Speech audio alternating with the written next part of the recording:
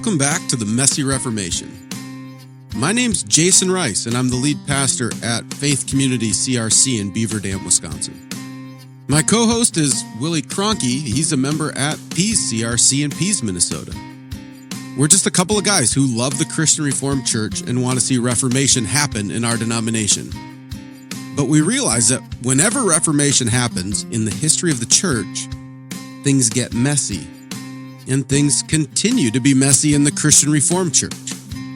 So we're taking the opportunity to have conversations with pastors throughout the Christian Reformed Church to find out what's going on in our denomination, but also to talk about what Reformation might look like.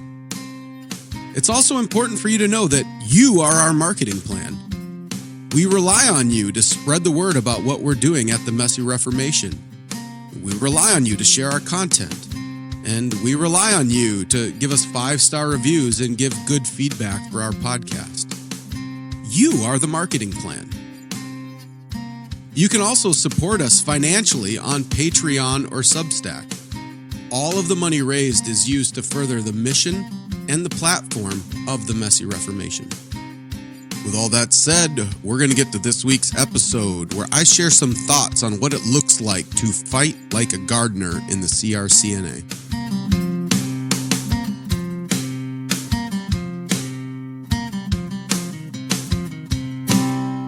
Well, I have to say it's been a busy week preparing for our upcoming Messy Reformation conference. So today you're going to get some thoughts from me. I'm not sure how long this podcast is going to be or how coherent it's going to be, but I've had some thoughts on my mind lately, and I thought it would be important to share them in this episode. Back in August at the Abide Convention, I shared some reflections that seem to be important to remind us again, especially leading up to Synod 2025. There's a saying that so many people are aware of, that to someone with a hammer, everything looks like a nail. And I've adapted that saying over the years along the lines of, for a soldier, everything looks like a battle, or everything turns into a battle. And, in order to accomplish many of the things we've accomplished in the CRC over the past 4 years, we've needed to raise up some soldiers. We've needed people to rise up with a backbone, with a boldness to fight for some things in this Reformation. But the danger is that we can easily fall into a trap where we're constantly looking for the next fight. We're constantly looking for the next battle. And we can even go out of our way and try to fight every synod, always in combat mode, always searching for the next hill to take. But Scripture warns us of this kind of mentality and this approach. It warns us in two different places, actually. In Galatians 5:15, Paul says, "But if you bite and devour one another, watch out that you are not consumed by one another." And here's what Calvin says on this verse. He says, "I wish we could always remember when the devil tempts us to disputes, that the disagreement of members within the church can lead to nothing else than the ruin and consumption of the whole body. How distressing, how mad it is that we, who are members of the same body, should be leagued together of our own accord for mutual destruction." And so it's this caution that we're not always looking for the next fight, that we don't end up turning on one another and causing us to begin to devour one another or even fight one another because we're always looking for the next fight. I was even thinking of something similar that happened during the Reformation. Obviously, it happened to a very different degree than what could possibly happen in the CRC. But Martin Luther, as he was leading this Reformation and kind of being a firebrand, all of a sudden things got out of control, even beyond what he had wanted or hoped. And the Peasants' Rebellion that happened in 1524 began as people took what Luther was saying and applied it to social grievances, and things got out of control to the point where even Martin Luther was rebuking people who were using his writings to lead this revolt, and it caused complete chaos out of that Reformation.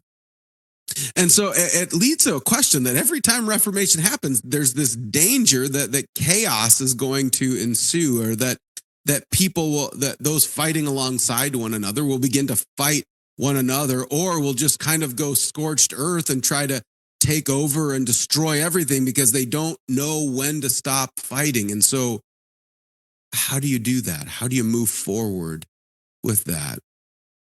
And in some ways, I think you do need your Luthers, your firebrands, to kind of get people fired up and involved, and it does result in chaos. But Calvin actually showed us a little bit of a different approach in Geneva.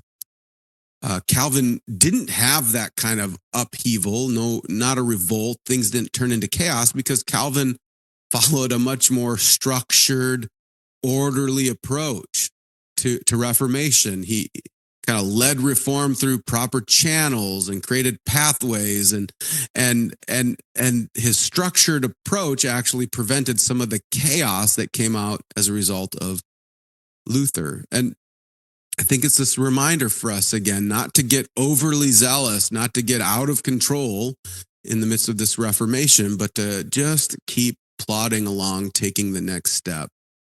And I was just reminded of this in Ecclesiastes as well. Ecclesiastes 3, it's probably kind of cliche, but it's this reminder for us that for everything, there's a season and there's a time for every matter under heaven. There's a time to be born, a time to die, a time to plant, a time to pluck up what's planted, a time for war, a time for peace. Right? So there is a time for war. There is a time for fighting. There is a time for plucking things up and removing those things, but that's not always the time. There's also a time to stop doing those things, and there's a time for peace, and a time for planting, and a time for building. And after Synod 2024, and after we recognized how crucial and historic that synod was, we noticed that the things have now changed in the CRC, and I've been repeatedly trying to remind us that now is the time that we build. We've moved into this new phase of the Reformation where it's not so much about plucking up and fighting, but now it's the point where we start building and creating. And what that means is we need to have a vision in mind. We have to know where we want to go. Who do we want to be as a denomination? And, after Synod 2024, I interviewed a number of the delegates, and I interviewed Michael Bentley, and we were talking about this being a time to build and not to fight. And Michael Bentley had this great line that I've repeated a lot where he said, we need to fight like gardeners, which means we don't stop fighting, but we fight very differently. And I think Michael's exactly right. And actually, I spent a lot of time thinking about that metaphor of fighting like gardeners. And the more I've thought about it, the more helpful it's been. As I was thinking about it, a gardener, their work is around like 5 different activities. They kind of plow and they prepare the ground. They plant their seeds, they water, they fertilize, they do weed, they have to remove things that are killing what they've planted. And then there's a season of harvesting. And the reality is, if you're a gardener who only wants to focus on one aspect of this, you're a poor gardener. You're not a good gardener, and you're not doing the right things. You can't focus on one aspect. You have to do all of these things in order to reap a harvest at the end. And that's especially true when it comes to weeding. There's been many people focused on weeding in the denomination over the last few years. And there are plenty of things in the denomination that need to go, that need to be removed, that need to be rooted out. And of course, weeding is necessary. But we can't only be focused on weeding. We can't only be focused on what needs to go, what needs to be removed. Because if we just become obsessed with all of these things that frustrate us or drive us crazy, if we become obsessed with everything that needs to be removed, that's not a way to bring about a healthy Reformation. What you end up doing is just ripping everything out of the garden that's green, and you end up losing everything, and you end up devouring a denomination, and you end up falling into Paul's warning in Galatians. That's not a way to bring about reformation. That's actually a way that leads to a peasants' revolt. And you can see this happen in congregations and classes where people become so focused on everything that's wrong. Everything's a battle. Every council meeting's a fight. Every classes meeting's a showdown. I mean, that's not the way we want to go. Weeding is necessary, of course, but it's only one aspect of proper care. You have to do some other things even before weeding comes in. You have to prep. You have to prep and plow the ground. And as I thought about that in the life of a pastor and the life of a reformer, really the prepping and the plowing of the ground is about prayer and the work of the Holy Spirit. The Spirit's the one that preps the soil of reformation in our hearts, in the hearts of our church, and in the hearts of the denomination. And so, have we been praying that the Spirit would be at work in our denomination to change people's hearts? Actually, this is something that Abide's been doing very well. For the past 3 or 4 years, they've been holding weekly prayer meetings every Tuesday, praying for synod, praying for the denomination, praying that hearts would be moved and shaped, that the ground would be prepared for a harvest. And it's a reminder to us, are we praying for this, or are we just complaining? It's really easy to complain about all the bad things and just keep moaning and groaning about it. But are you praying that God would do something? And are you praying that God would soften your heart? And then after praying, the next step is planting. After the ground is prepared, we have to plant, and we have to build something new. And this is the question, what do we need in our denomination? It's not just about getting rid of things, but we need to build on what's been happening. And so what do we need in our denomination? And even more so, maybe start asking yourself, what has God uniquely gifted and equipped you to do about this? What has God given you the opportunity to build for the body of Christ? Start thinking about these things and start figuring out ways to begin building rather than rooting out.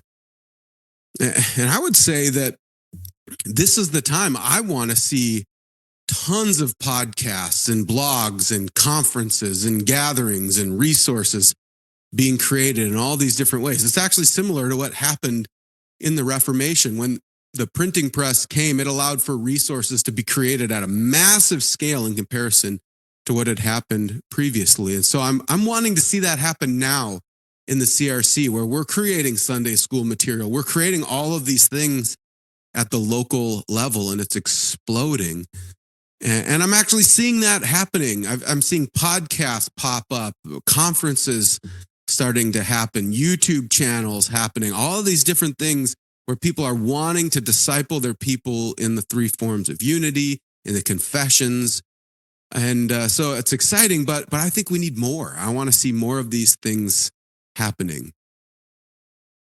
I also think another aspect of gardening is fertilizing and watering, and it's nurturing what you already have, what's already good. And so I think it's important for us to think about that in the denomination. What in the CRC is already good?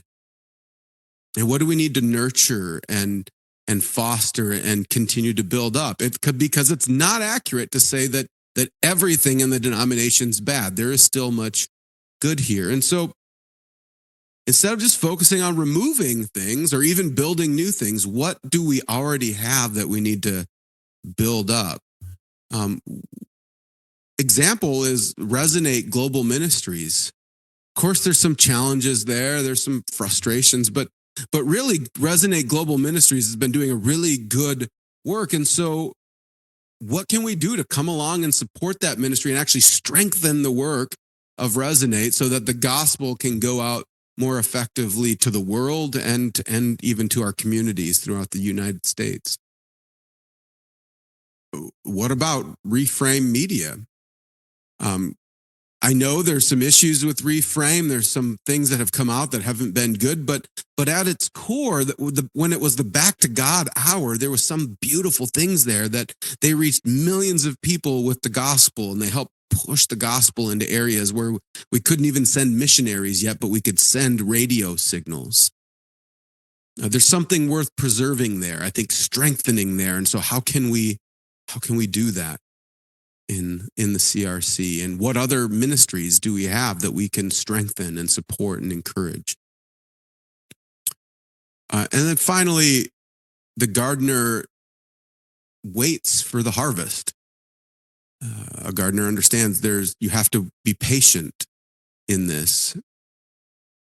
And I don't remember where I got this analogy. I'm pretty sure it comes from C.S. Lewis somewhere, but he gives this picture. If you plant a tree and you become impatient and you try to pick an apple before it's ready, you actually don't enjoy the fruit. It tastes terrible because it's not ready. And then you start to think, well, this whole project has been a failure, but the failure's not in the tree and the failure's not in the fruit. The failure is in your impatience.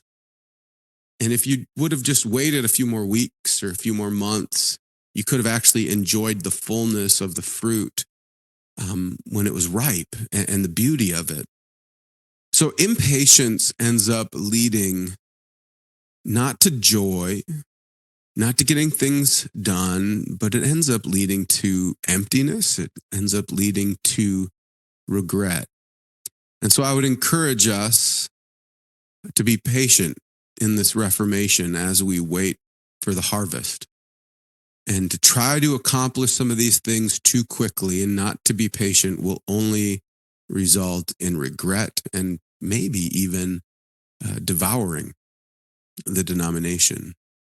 And part of this patience and waiting is also just recognizing God's timing and God's work. As Paul mentions in 1 Corinthians 3, I planted, Apollos watered, but God gave the growth. So neither he who plants nor he who waters is anything, but only God who gives the growth. All right, so we water, we plant in this Reformation, but we can never forget God's the one who gives the growth. God's the one who brings about the harvest of Reformation in the Christian Reformed Church. And so we have to fight this temptation to try not to accomplish this on our own power, to accomplish this in our own strength.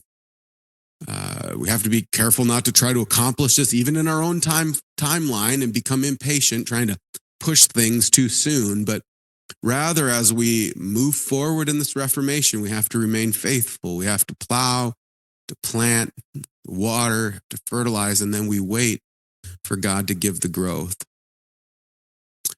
And you could apply all of this in so many ways, and I've been applying it throughout, but I just want to end with 3 kind of final points. One is we need to make sure we're balancing our activities. If we're spending 90% of our time and energy focusing on problems and only 10% on building, then we've got a problem. We've got a massive problem that's going to end up in devouring and destroying and ripping everything out of the garden. And so we need to have some balance here and start thinking more, I would say, on what we're going to build, what we're going to nurture and water and fertilize in this denomination.